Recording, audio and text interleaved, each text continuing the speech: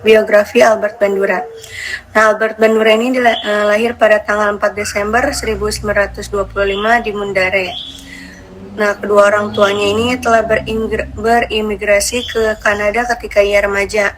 Nah, ayahnya ini dari Krakow, Polandia, dan ibunya dari Ukraina. Nah, ayah Bandura ini bekerja menjaga perlintasan kereta api jalur Trans Kanada dan ibunya bekerja di toko General Town. Nah, dia bersekolah di SMA yang hanya memiliki 20 siswa dan 2 orang tenaga pengajar. Nah, setelah itu Bandura mendapat tawaran untuk melanjutkan pendidikannya di Universitas British Columbia di Vancouver, di mana awalnya dia memilih jurusan biologi dan tidak sengaja ia beralih pada psikologi. Nah, Bandura ini berhasil meraih gelar PhD dari Universitas Toa 4 pada 1952.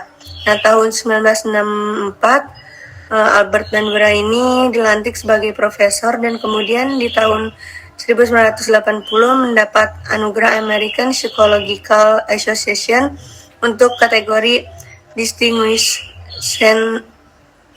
Scientific Contribution pada tahun 1980. Nah, yang kedua ada konsep teori. Nah, teori belajar sosial Albert Bandura ini menekankan pada komponen kognitif dari pikiran, pemahaman, serta evaluasi. Nah, menurut Bandura, teori belajar ini sering disebut juga sebagai jembatan antara teori behavioristik dan kognitivistik, karena meliputi perhatian, memori, dan motivasi. Nah, teori belajar sosial ini menjelaskan bahwa perilaku manusia mempunyai interaksi timbal balik yang berkesinambungan antara kognitif, perilaku, dan pengaruh lingkungan.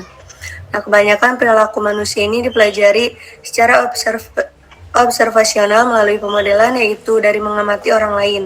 Nah, kemudian hasilnya ini berfungsi untuk bertindak. Berbeda dengan teori perkembangan anak lainnya. Albert Bandura ini menganggap setiap anak tetap bisa belajar hal baru meski tidak melakukannya secara langsung. Tetapi syaratnya ini, anak ini sudah pernah melihat orang lain melakukan hal tersebut, terlepas apapun itu medianya. Nah, disinilah peran elemen sosial bahwa seseorang bisa belajar informasi dan berperilaku baru dengan melihat orang lain yang melakukannya. Yang dimana menurut Albert Bandura, sebagian besar perilaku manusia itu dipelajari secara observatif dengan melalui modeling, sehingga dengan melihat bagaimana orang berperilaku, maka akan muncul konsep baru yang dipercaya menjadi cara bertindak yang tepat, seperti halnya perhatian, retensi, reproduksi, dan motivasi. Dan selanjutnya pemateri mengenai eksperimen tokoh, yang dimana pada tahun 1961 percobaan boneka Bobo dilakukan oleh Albert Bandura dengan bertujuan untuk menambahkan kepercayaan pada keyakinan bahwa setiap perilaku manusia itu dipelajari melalui peniruan atau penyalinan sosial daripada diwariskan melalui faktor genetik. Dan penuan ini juga didebatkan sekitar 40 tahun kemudian dengan bertujuan merancang eksperimen boneka Bobo juga untuk membuktikan kepada anak-anak akan meniru perilaku panutan orang dewasa, dengan bertujuan untuk menunjukkan dengan menggunakan agresif dan non-agresif, yang dimana seorang anak akan cenderung meniru dan belajar dari perilaku orang dewasa yang terpercaya. Dan boneka Bobo juga merupakan mainan tiup setinggi sekitar 5 kaki dirancang untuk bangkit kembali tegak saat terlempar. Cukup. Yang keempat yaitu ada implikasi dalam dunia pendidikan. Nah, implikasi teori belajar sosial memiliki banyak implikasi untuk penggunaan di dalam kelas. Yang pertama yaitu siswa sering belajar hanya dengan mengamati orang lain, yaitu guru. Yang kedua, menggambarkan konsekuensi perilaku yang dapat secara efektif meningkatkan perilaku yang sesuai dan menurunkan yang tidak pantas. Hal ini dapat melibatkan berdiskusi dengan pelajar tentang imbalan dan konsekuensi dari berbagai perilaku. Yang ketiga, ada modeling menyediakan alternatif untuk membentuk perilaku baru untuk mengajar. Untuk mempromosikan model yang efektif, seorang guru harus memastikan bahwa 4 kondisi esensial ada, yaitu perhatian, retensi, motor reproduksi, dan motivasi. Yang keempat, ada guru dan orang tua harus menjadi model perilaku yang sesuai dan berhati-hati agar mereka tidak meniru perilaku yang tidak pantas. Yang kelima, yaitu ada siswa harus percaya bahwa mereka mampu menyelesaikan tugas-tugas sekolah, sehingga sangat penting untuk mengembangkan rasa efektivitas diri untuk siswa.